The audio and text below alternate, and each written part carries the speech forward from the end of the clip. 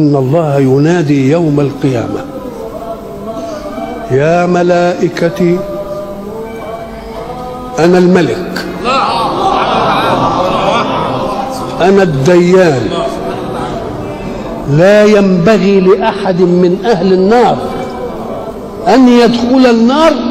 وله عند أحد من أهل الجنة حق. أنا الملك، أنا الديان، لا ينبغي لأحد من أهل النار أن يدخل النار وله عند أحد من أهل الجنة حق حتى أخصه منه، ولا ينبغي لأحد من أهل الجنة أن يدخل الجنة وله عند أحد من أهل النار حق حتى أخصه منه، حتى اللطمة.